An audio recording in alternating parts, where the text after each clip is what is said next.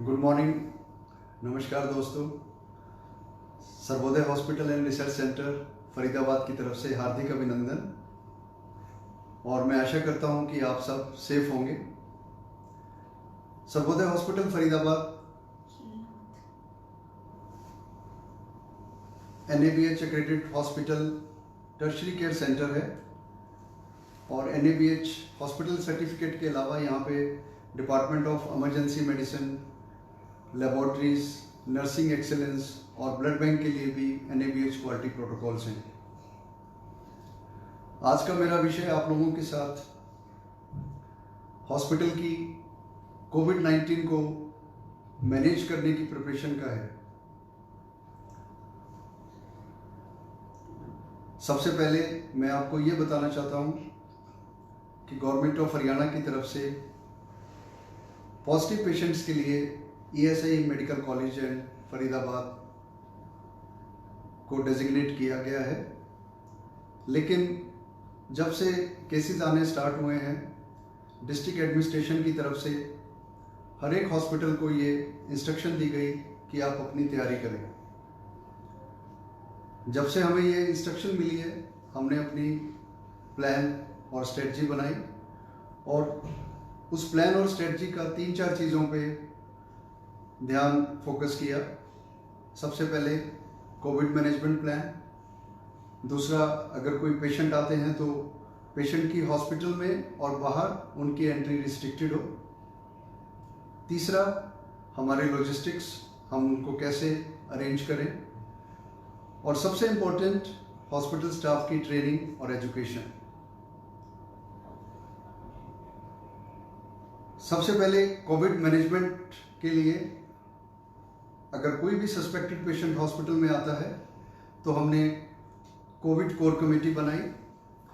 उस कमेटी में physicians, clinicians, anaesthetist, infection control, critical care, emergency, anaesthetist, सब लोगों को उसमें इंक्लूड किया।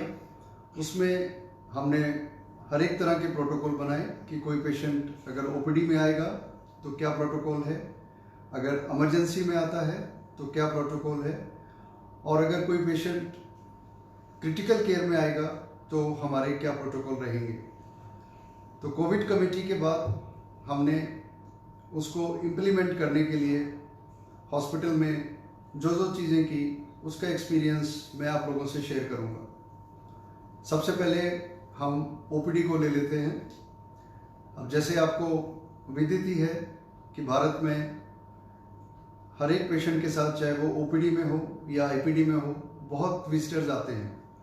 तो हमने OPD के साथ भी विजिटर्स को रिस्ट्रिक्ट किया। गेट की एंट्री के लिए साथ ही फ्लू कॉर्नर बनाया गया। जो पेशेंट और उनके अटेंडेंट हॉस्पिटल में आ रहे हैं उनकी थर्मल स्क्रीनिंग की गई, और जब उसके बाद वो अंदर आ जाते हैं, सबसे पहले जब वो रजिस्ट्रेशन काउंटर पे जाते हैं तो वहाँ भी उनका सोशल डिस्टेंसिंग किया गया। उसी हिसाब से टोकन सिस्टम किया गया और उन लोगों को OPD में आगे जाने के निर्देश दिए गए। रजिस्ट्रेशन के बाद जब पेशेंट डॉक्टर्स के चैम्बर्स के बाहर सीट पे या सोफे पे जाता है तो वहाँ भी उनकी सोशल डिस्टेंसिंग सीट नंबर के साथ की गई, और OPD का पूरा स्टाफ मास्क में और जो भी उनके पर्सनल प्रोटेक्टिव इक्विपमेंट्स हैं उसमें हमने किया गया।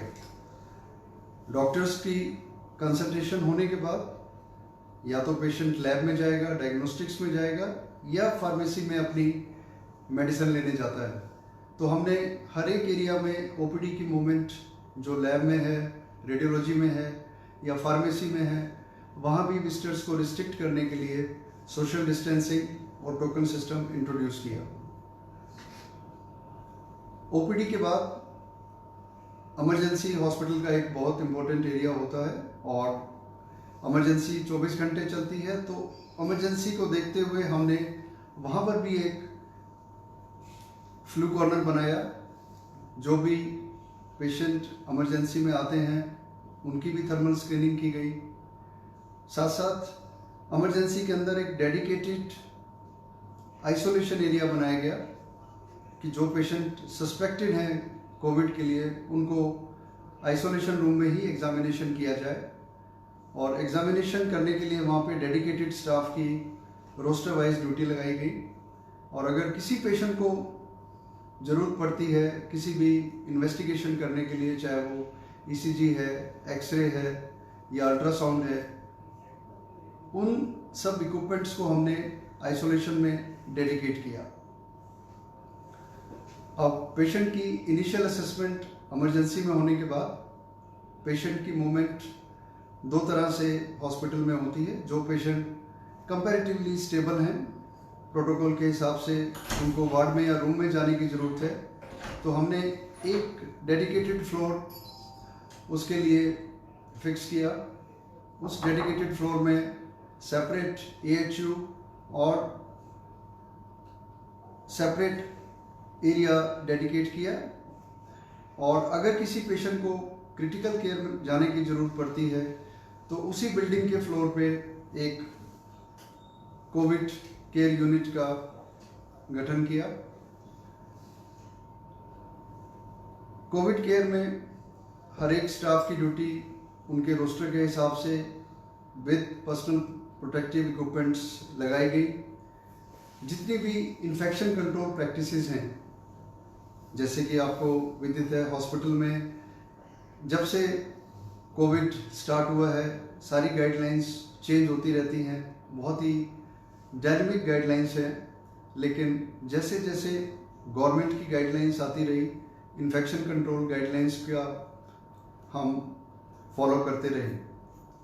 और इन्फेक्शन कंट्रोल गाइडलाइंस में सबसे बड़ा रोल माइक्रोबायोलॉजिस्ट और इन्फेक्शन कंट्रोल नर्स का होता है।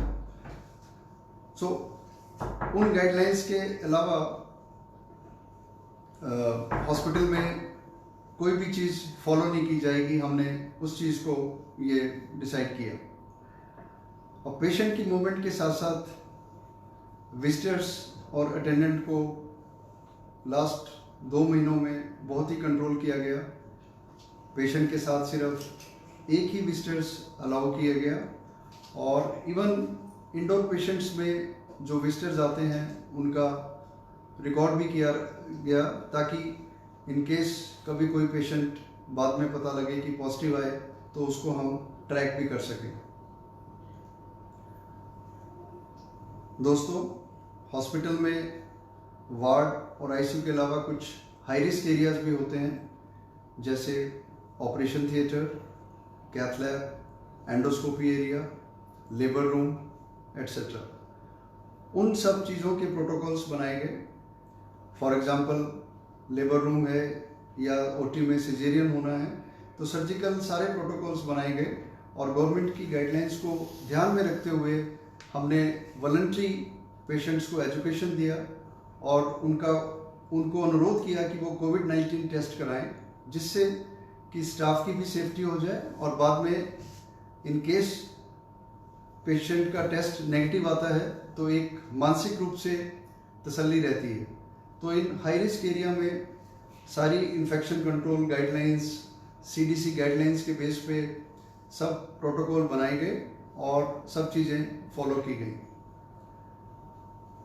एक बहुत बड़ा हॉस्पिटल के लिए चैलेंज होता है ऐसे टाइम में स्टाफ को मोटिवेट रखना, पेशेंट और अटेंडेंट्स को, इवन सस्पेक्टेड पेशेंट में उनकी काउंसलिंग करना। तो उसके लिए हमने इंटरनल बहुत ट्रेनिंग दी ताकि स्टाफ का भी मनोबल ठीक रहे, और पेशेंट और उनकी फैमिली की काउंसलिंग की गई स्ट्रेस मैनेजमेंट के लिए, कि जब तक रिपोर्ट आती है, जब तक ट्रीटमेंट हो जाता है तो पेशेंट और फैमिली का ध्यान रखा जाए। गवर्नमेंट की गाइडलाइंस के हिसाब से पेशेंट का अगर सैंपल है तो जो भी गवर्नमेंट ने डेजिग्नेटेड लैब की हैं हमने उनके साथ टाई अप किया और उनके सैंपल भेजे गए। हालांकि लैब से डिफरेंट स्टाफ सैंपल लेने आता है, लेकिन हमने कुछ अपने लोगों को भी ट्रेन किया so that sample infection control practices और गाइडलाइंस के हिसाब से किए जाएं। एक दूसरा चैलेंज लॉकडाउन की वजह से जो हर एक हॉस्पिटल को सामना करना पड़ा वो है provision of consumable and personal protective equipments. तो हमने उसके लिए परचेज कमेटी में आई और डे टू डे सब टॉप मैनेजमेंट ने उसकी बड़ी स्ट्रिक्ट मॉनिटरिंग की। जहाँ से भी मास्क या और सब चीज़ें मिल सकती थी उन सबको अरेंज किया।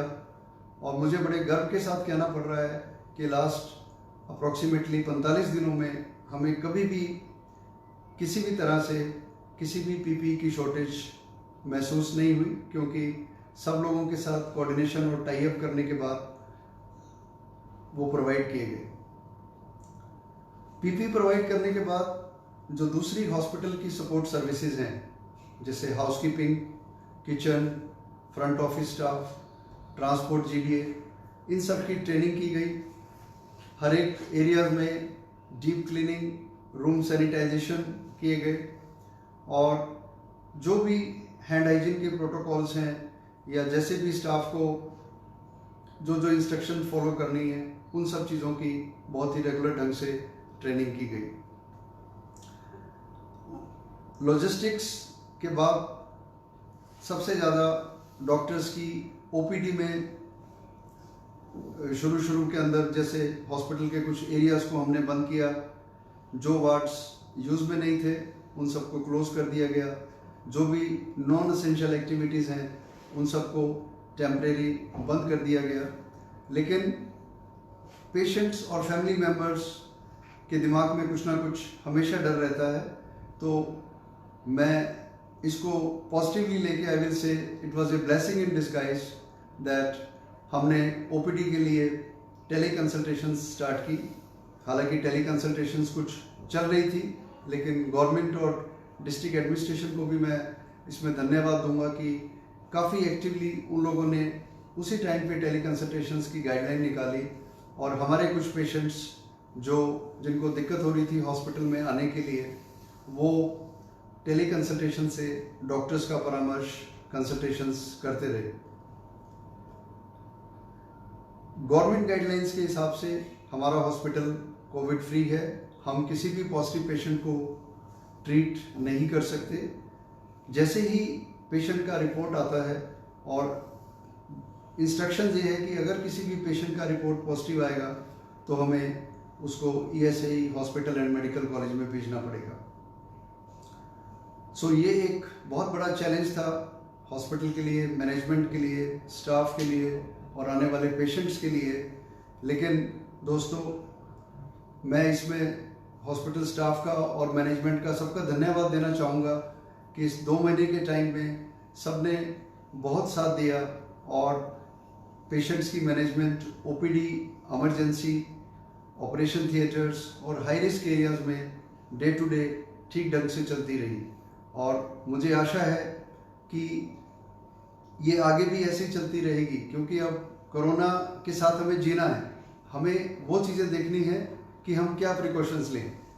मास्क पहनना, सोशल डिस्टेंसिंग करना, वो हमारी एक लाइफ का पार्ट बन गया है।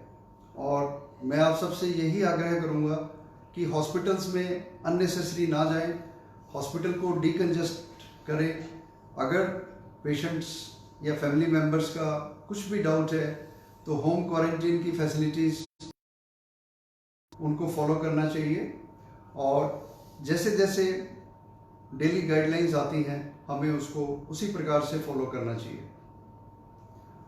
और थैंक यू वेरी मच।